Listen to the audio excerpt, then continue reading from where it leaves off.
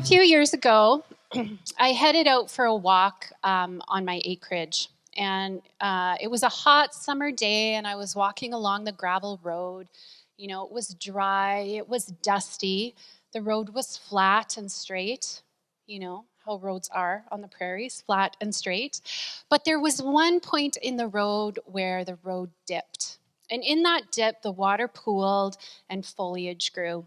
And as I went on this walk, I went into this dip, and I was hit by the smell of water. And right away, in a moment, this smell transported me back to when I was a little girl and my extended family used to go on extended family trips to an old cabin at Pine Lake. There was no electricity, there was no running water. And so in order to keep food cold, we had to put it in the coulee. And I was transported back to this memory of being just a little girl and following my grandpa down to the coulee to get the milk and the eggs for our morning breakfast. I can still remember him whistling as we went to the coulee. The smell of water that day smelled just like the coulee smelled when I was a little girl. But it wasn't just that memory that flooded my mind. It was also the memory of canoeing with my family and roasting marshmallows with my cousins, my mom with curlers in her hair, the fact that there were mice in the cabin, there was a chipmunk that would come and eat breadcrumbs out of our hands. And then beyond that, I started to think about the story of my grandparents and how great a part of my life they were, and then stories of my own family trips with my own children. And the whole story of my life seemed to unfurl in my heart and my mind with just the smell of water that day. It opened up a whole story. That one moment in time captured something larger and bigger than that I could ever explain. And Walter Brueggemann says this about baptism. Baptism is a dramatic performance loaded with more significance than we can articulate. Baptism tells the truth that we are enveloped in the mystery of God. Baptism is bringing the mystery of our own particular story and allowing it to be enveloped in the mystery of God's life.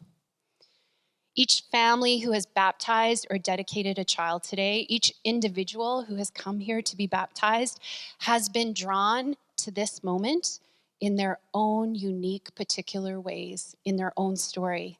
And we've given you a glimpse into each of their unique stories this morning.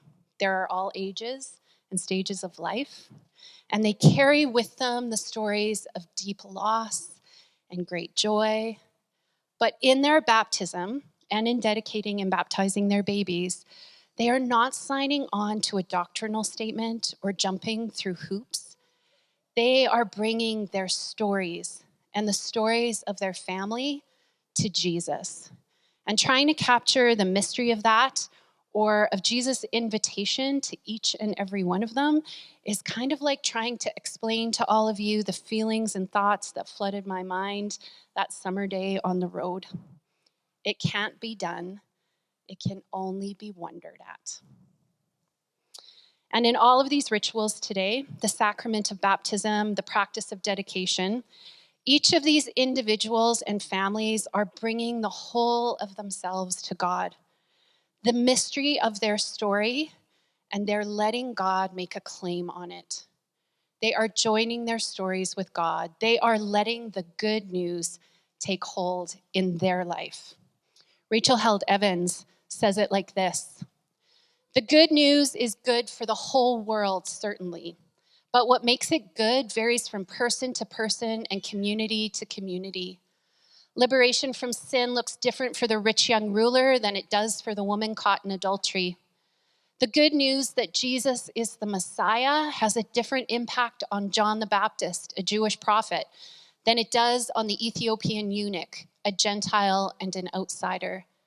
The gospel is like a mosaic of stories, each one part of a larger story, yet beautiful and truthful on its own. There's no formula. There's no blueprint. And this is one of the reasons that we hold two traditions in tension, because we believe that in holding these two traditions and in holding their tension, we are invited into the mystery of God.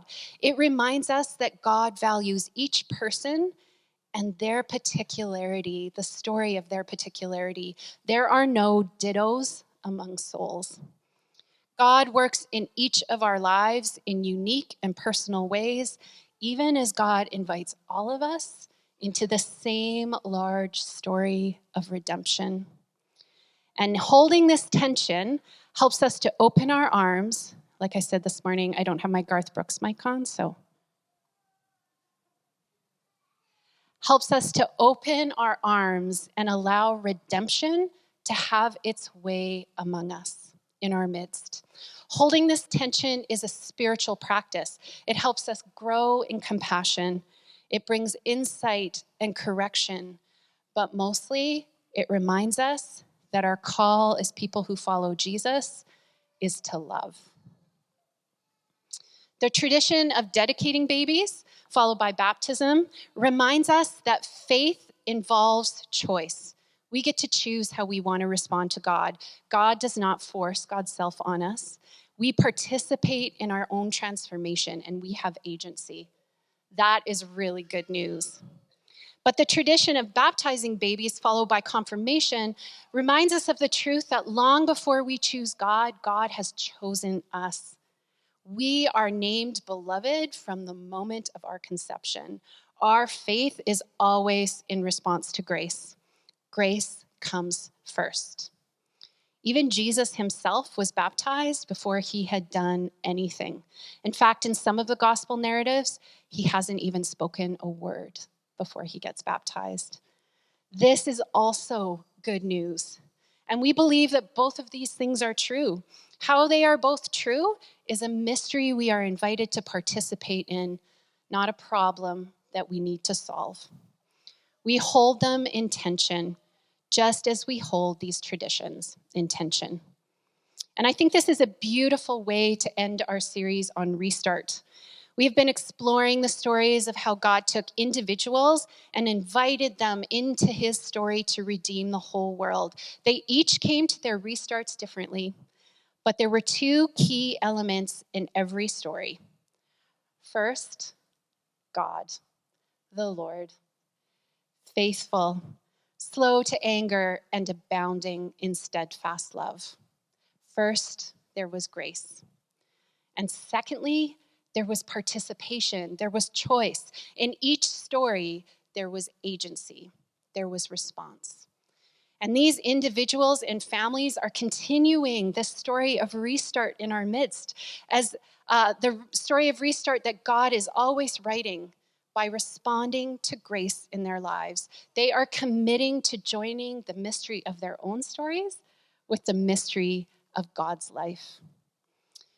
Now, at the center of all of this, at the center of all that we do this morning, the reason that we gather is the invitation of Jesus. It is Jesus who opens God's story to us.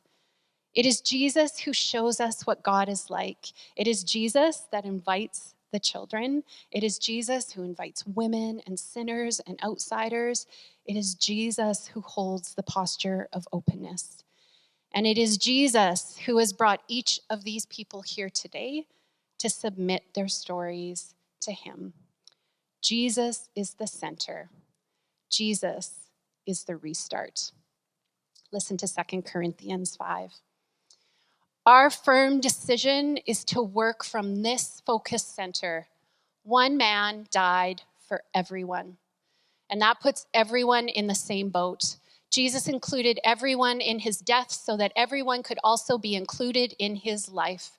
A resurrection life, a far better life than people ever lived on their own. And because of this decision, we don't evaluate people by what they have or how they look. We looked at the Messiah that way once, and we got it all wrong, as you know.